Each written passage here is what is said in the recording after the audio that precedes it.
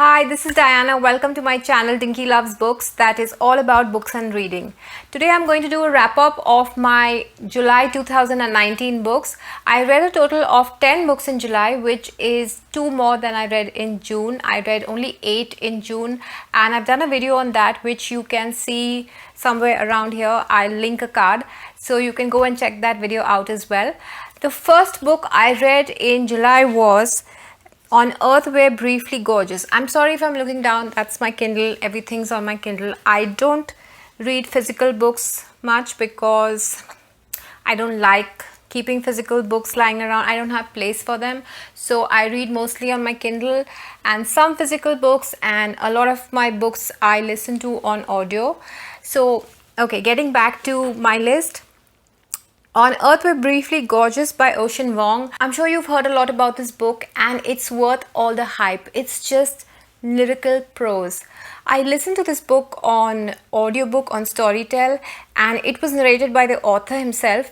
If you've ever heard Ocean Vuong speak, he has this soft quivering voice and you feel like you just want to listen to him forever. Getting back to what the book is about, it's about this person called Little Dog, and I think this book is kind of like semi-autobiographical in the sense that it's not really a novel and it's not really telling a story. It's about so many things. It's about the Vietnamese immigrant experience. It's about the post-traumatic stress disorder faced by the victims of the war. It's about a son's love for his mother and a mother's love for her son.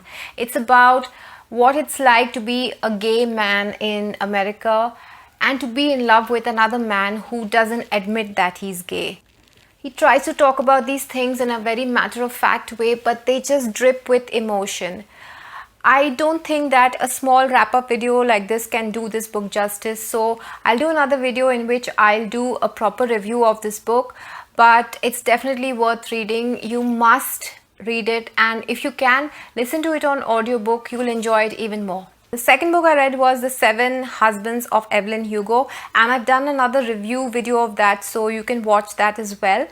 It's basically about this 79-year-old aging Hollywood star who's quite a recluse. Her name is Evelyn Hugo, and she one day asks for a particular journalist called Monique Grant to come and do a tell-all interview.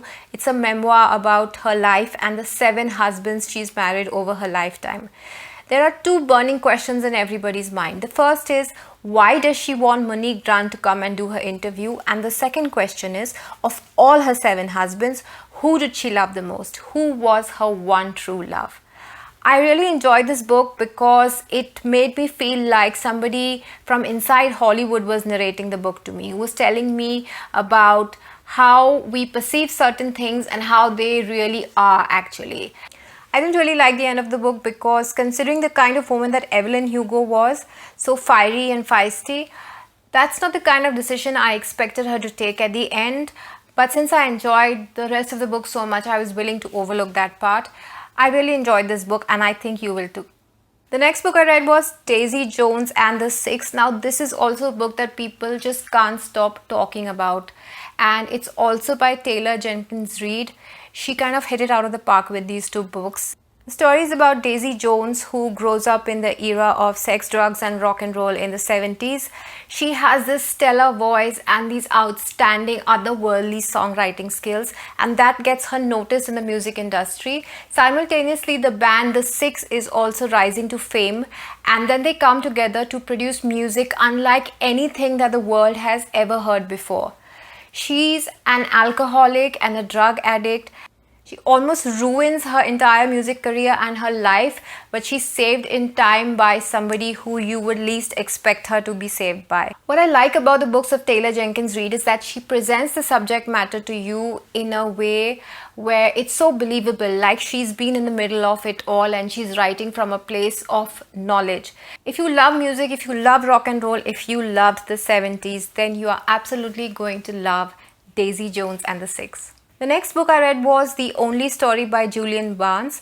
If you remember Julian Barnes, who also wrote The Sense of an Ending, he writes brilliant books, but this book particularly was quite slow and boring. The story is about Paul, who is 19 years old when he meets this lady who's 48 years old and he falls in love with her. She leaves her husband eventually and they go and live together, but then since she's getting on in years, she starts getting Alzheimer's, and she's also a chronic alcoholic, which makes the problem worse. The story then goes on to talk about how she's put in a hospice and then he has to get on with his life. Not a really fun, engaging, romantic or interesting story, but I kept with it till the end because it was Julian Barnes. But I'm not recommending this book. You can give it a miss. The next book I read was A House at the Bottom of a Lake, which is by Josh Malerman. He is the same author who wrote Bird Box, if you watch the film that stars Sandra Bullock. This story is about Amelia and James. They're both 17 years old and they go canoeing on a lake. They pass two lakes that are known to them, and then when they reach a third lake, they find an entire house that is submerged in the lake. They both go diving into the lake and into the house, and they find the weirdest and strangest of things that happen to them. It's this really weird story that makes you feel very creepy and uneasy at times and makes you wonder what's going to happen next. And the end was kind of anticlimactic. I didn't expect that to be the end. But reading it was quite fun, and I really love the concept of this house at the bottom of the lake, a proper house with furniture and dishes and everything. So if you really want to read a story that kind of creeps you out, then this is the book for you. The next story I read was The Rosie Project by Graham Simpson. This is a really funny book about a professor who has this project of finding a wife for himself. He's on this mission or this project to find a wife for himself, and he designs a questionnaire. And according to the suitability of the candidates, he is going to select the best person who he thinks is going to make him a good wife. On the other hand, he comes across Rosie, who has come into his life quite by mistake, and she is on a separate project to find her father. She is the most unsuitable woman for him, and he keeps reiterating this throughout the book. According to his checklist, she doesn't suit him at all, but in the end they end up falling in love. And I really enjoyed the character of Don Tillman. He's kind of like a mixture of a male Eleanor Oliphant and Sheldon Cooper rolled into one. It's a cute book. I wish somebody would make it into a film. I don't know if it's already a film. I haven't seen it, but if they haven't, I hope they do. The next book I read was Susanna's Seven Husbands, and here's a weird coincidence. 3 books that I read this month have the word 7 in them. The 7 Husbands of Evelyn Hugo, The 7 Deaths of Evelyn Hardcastle, and Susanna's 7 Husbands. It was a mere coincidence that this happened. I don't know how. And 2 of the books also have the word Evelyn in them, like Evelyn Hugo and Evelyn Hardcastle. Weird. So, Susanna's 7 Husbands is a book by Ruskin Bond, and you might remember the movie that was made on this film called Saat Khoon Maaf, which was directed by Vishal Bhardwaj. So, the story is about Susanna, who's an extremely wealthy and beautiful woman. She marries 7 husbands over the course of her lifetime, and the funny part about her husbands is that she never divorces them, they never leave her, they all die. She comes under suspicion, but she is never convicted because there's no proof to be found against her. It's a really short book, it's a novella, and it's told from the perspective of Arun, who is her neighbor who's always had a crush on her since childhood. How does she get away with these murders? Or are they murders? Read the book to find out. Another book I read was Wonder by R.J. Palacio, and you may have seen the trailer for the film that's going to be out this year. It's about Augie, this boy who's born with a facial deformity, and he wears a helmet for a lot of his childhood because people are scared when they look at him, and he doesn't want them to see him that way. But then he has to start going to regular school because up until then he had been homeschooled, and his mother, who's played by Julia Roberts in the film, and his father, who's played by Owen Wilson, they're really scared to let him go out into this world that he doesn't know and meet all these people who they are not sure how they're going to react to him.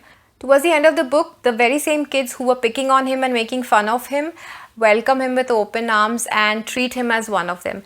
If you like books that make you feel all warm and fuzzy inside, then this book's going to do that to you. The last and final book, the 10th book that I read, was Naturally Tan by Tan France of Queer Eye fame.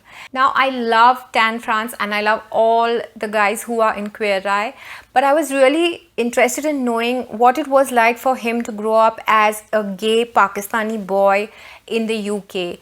I also wanted to know how he ended up marrying a Mormon from Utah, and so many other things that were questions in my mind that he briefly alludes to in Queer Eye, but I didn't really know a lot about it. The book will talk a lot about fashion. Be ready. It will also talk a lot about hair. Be ready for that too. But it'll also talk a lot about Tan and his experiences as a child and his entire journey till he became a star in Queer Eye. It's really funny. He shows a lot of sass, he throws a lot of shade, but then that's Tan France. Would you expect anything less from him? So those were all 10 books for the month of July 2019. I'll list them all below in case you want to go and check them out. I'll be doing another video shortly on my August TBR and also a review of Ocean Vuong's On Earth We're Briefly Gorgeous. So be sure to come back and check that out. I hope you enjoyed this video. Thanks for watching. I'll be back with another video soon. Till then, bye.